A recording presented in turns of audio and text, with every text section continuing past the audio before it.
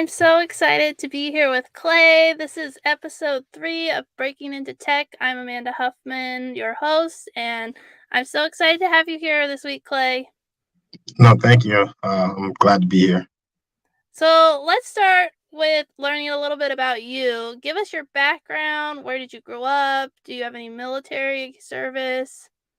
Yes, so am actually born in St. Croix, Virgin Islands, but I grew up in Florida, and it was humble beginnings. I graduated at 18 and then went straight to the Marine Corps. I was in the Marine Corps for 9 years as a satellite technician, and as of last year, so 2021, I transitioned out. This is like actually my first job outside of the Marine Corps, so it was very challenging and scary, but I'm sure we'll talk about that. Yes, we definitely will. So you joined the military after high school, you were in the Marine Corps, and you recently transitioned out, and now you're in your first job after the military. Yes, yes. That's awesome. So, did you have any coding experience prior to starting at Savio? I know you said satellite technician, but I don't know how much coding that Yeah. had. Uh, in a roundabout way, I was exposed to it. In high school, I did take a programming class. We made like little games like Tic Tac. But I brained up most of that. And then in the Marine Corps, or as a satellite technician, we'll engage with like a terminal and write very pseudo code if I were to say anything, but nothing like this. So So, how did you learn about the world of coding? it's actually pretty cool. So I was transitioning out, and I was just gonna go kind of like the traditional route that a satellite technician in the Marine Corps would go, probably just go into networking, cybersecurity. And I had a buddy who was enrolling in Savio and going this route, and he pretty much told me like, "Hey man, I know your interest. I know you're into like robotics and all this AI stuff. You should definitely check it out." And I just Googled it that day and enrolled probably shortly after. Wow. So, a fellow veteran helped you find the program, Yeah, and they highly recommended it. highly recommend it. And I'm glad he did his due diligence, and I'm glad I ended up at Savio for many reasons. Yeah. So we talked about what led you there, and so did you rely mainly on his expertise and the research that he had done, or did you do your own research when you were looking into it? Both.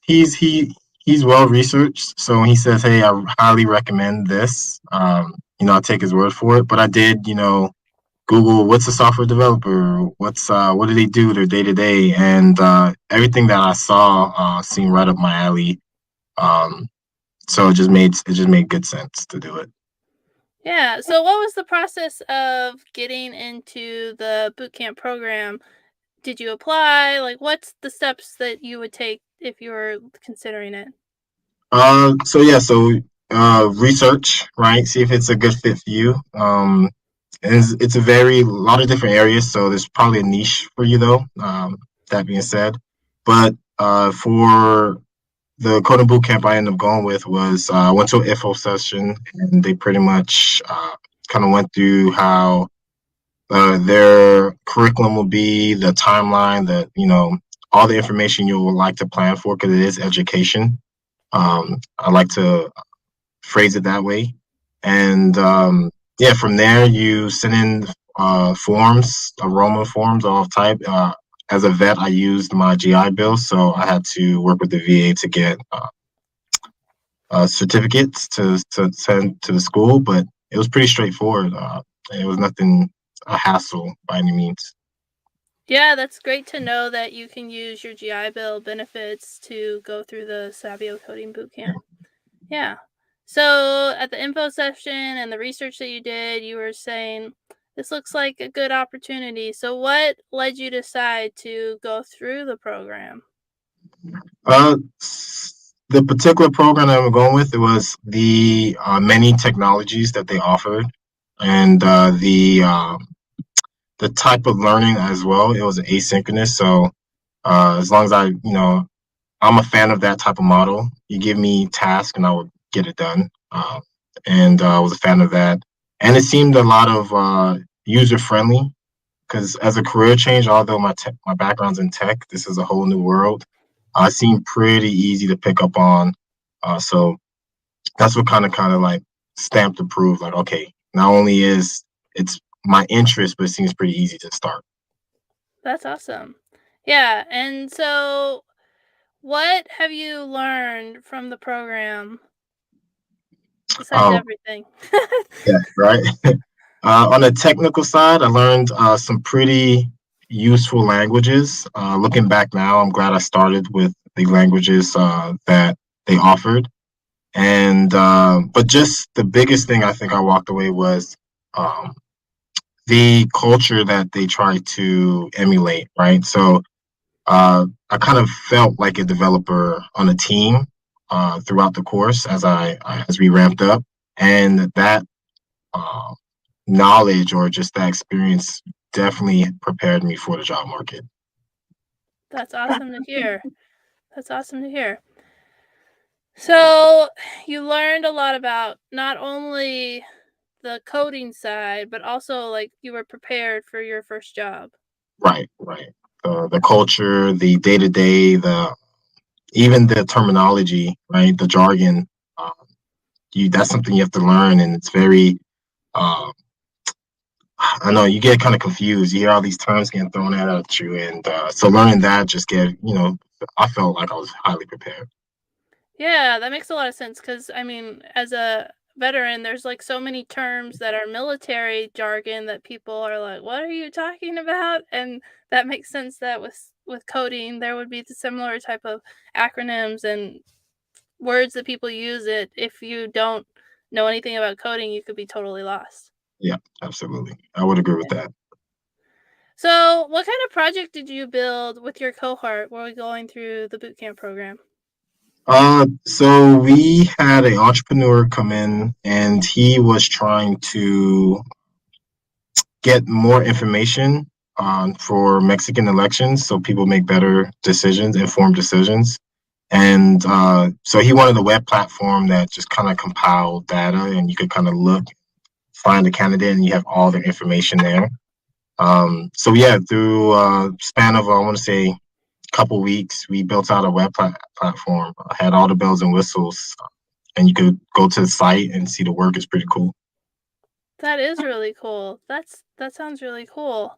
And that's the type of stuff that you learn how to do and then you get to use it hands-on before you even graduate. That's really cool. Show your friends and family, look what I had my hand in, you know?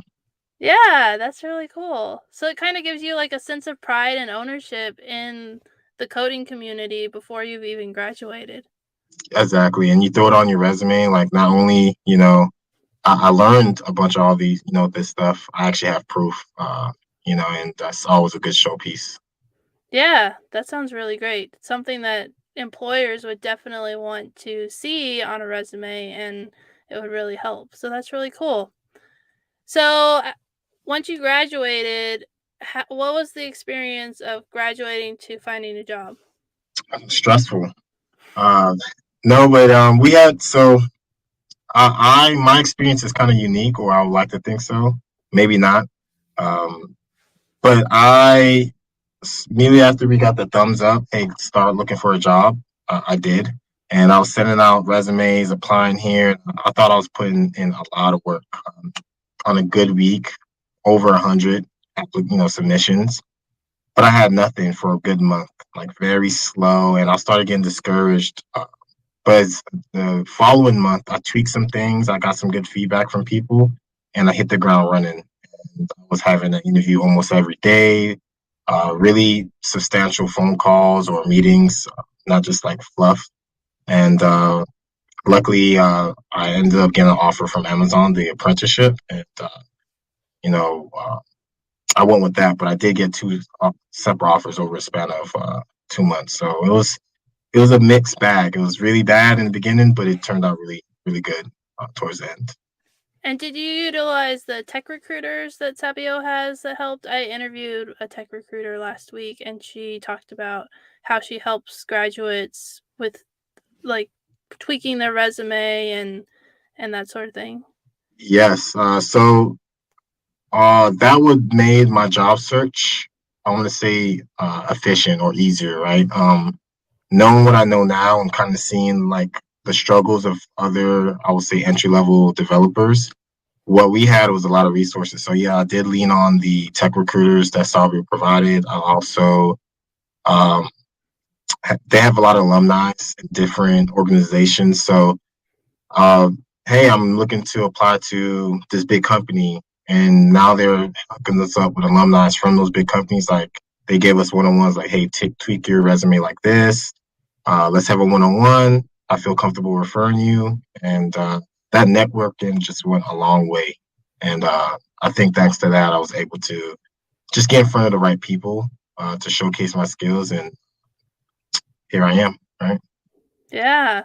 Yeah, it's important not only to have the tech recruiters who like know what jobs are available and can help you, but then to have kind of like the inside track with people who have graduated and now they're giving back to graduates of the program. It builds that community that Savio is known for. I've just done 3 interviews and that's what you guys talk about, that community, the importance of like giving back. And so it's really cool to hear how it's not just the tech recruiters who are on staff, but also the graduates who have jobs and are helping the next, I'll say, generation of classes.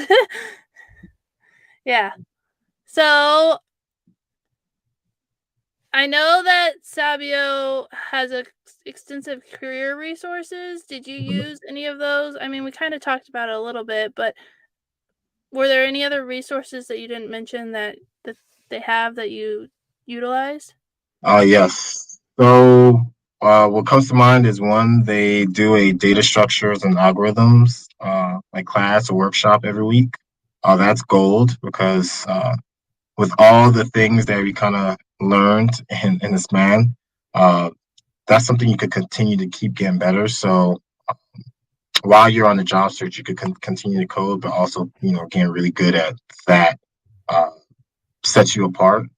Then there's study groups, study sessions that you alumni or someone senior leads it, and you just get progressively better.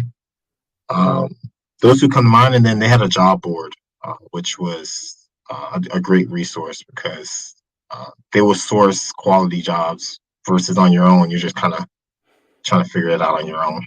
Right.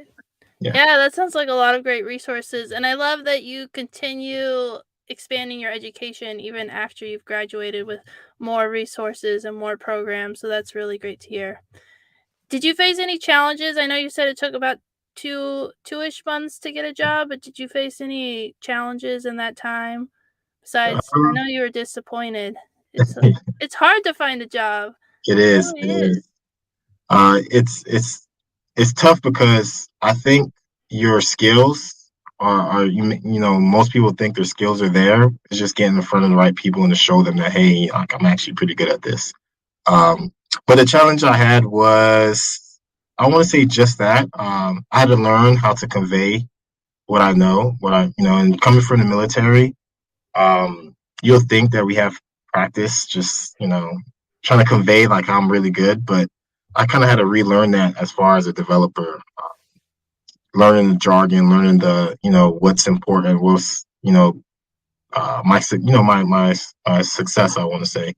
So that was a big challenge, and I think just just progressing. I think I was really spread out thin. Like I'll try to do so much, and then I really learned to just kind of be very focused in one area, and that allowed me to kind of break through. But that was a challenge trying to figure out that.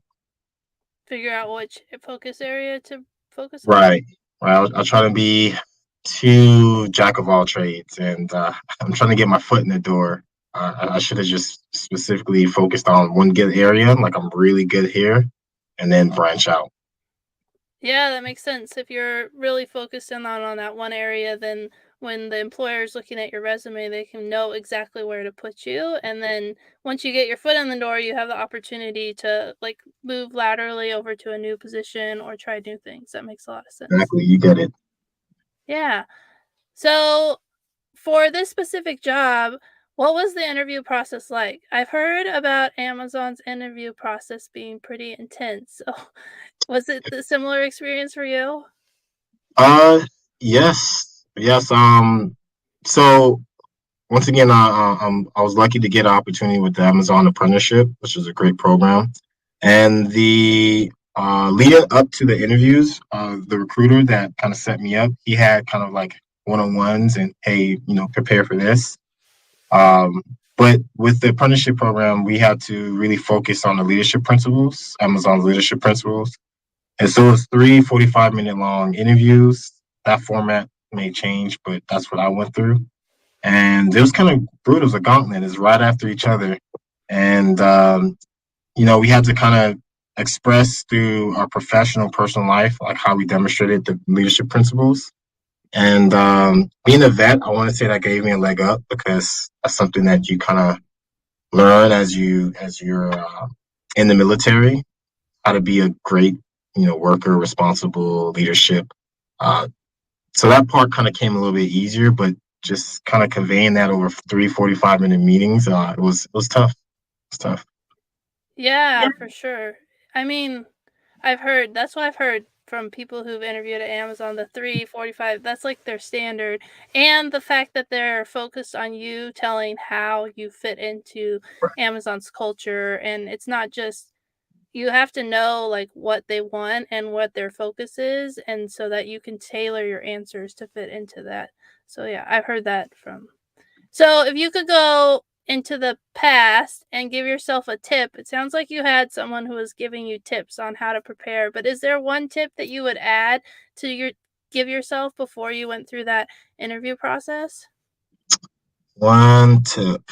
I would two things. I want to say as you learn new things and develop and create, write it down because you forget how awesome you are sometimes. And and then there is just how you convey information, right? I consider being the job hunt is you're selling yourself, right? You're so how you sold your talents and skills is vital. And I use the STAR method, and I think that once I kind of kept it in the back of my mind as I explained things, it just went a long way. And I'm not sure if you're familiar with the STAR method, but I was just gonna ask, what's the STAR method? You gotta tell us. got it. It's a method. I'm not sure if it has like a super proper name, but it's just how you story tell or you express, job well done is situation. What was the situation? The task, action, and then the result. And emphasis on results, right? It'll set you tell this whole major problem and how you fixed it, but there's no end like tangible results. So once I kind of kept it in mind, like, hey, I did all this, I met this person, did this code, and at the end, I was able to save the company $1 million. Um, that having that in mind really went a long way as I talk to folks. Yeah, and it sounds like something that you can use to like prep to give you different examples where you can like talk about each aspect of the acronym and know what you're gonna so that when you get to the results you're not like, and it was really great, but you know the tangible number and results. So that sounds like a Yes. great piece of advice. What advice would you give to someone who's considering starting a career in software engineering? The biggest advice would be it's going to be hard in the beginning. You're literally kind of learning a whole new language, right? And I would say it's going to be hard, but stay resilient. And I'm proud to say that I was resilient, but I've seen people who took that in stride. It might have took them 6 months, right, to land a substantial role. But if you stay persistent, it's going to pay off definitely. So it's gonna be hard in the beginning. Awesome. Great advice. Where do you see yourself in 2 to 5 years? And what would you consider starting your own tech startup?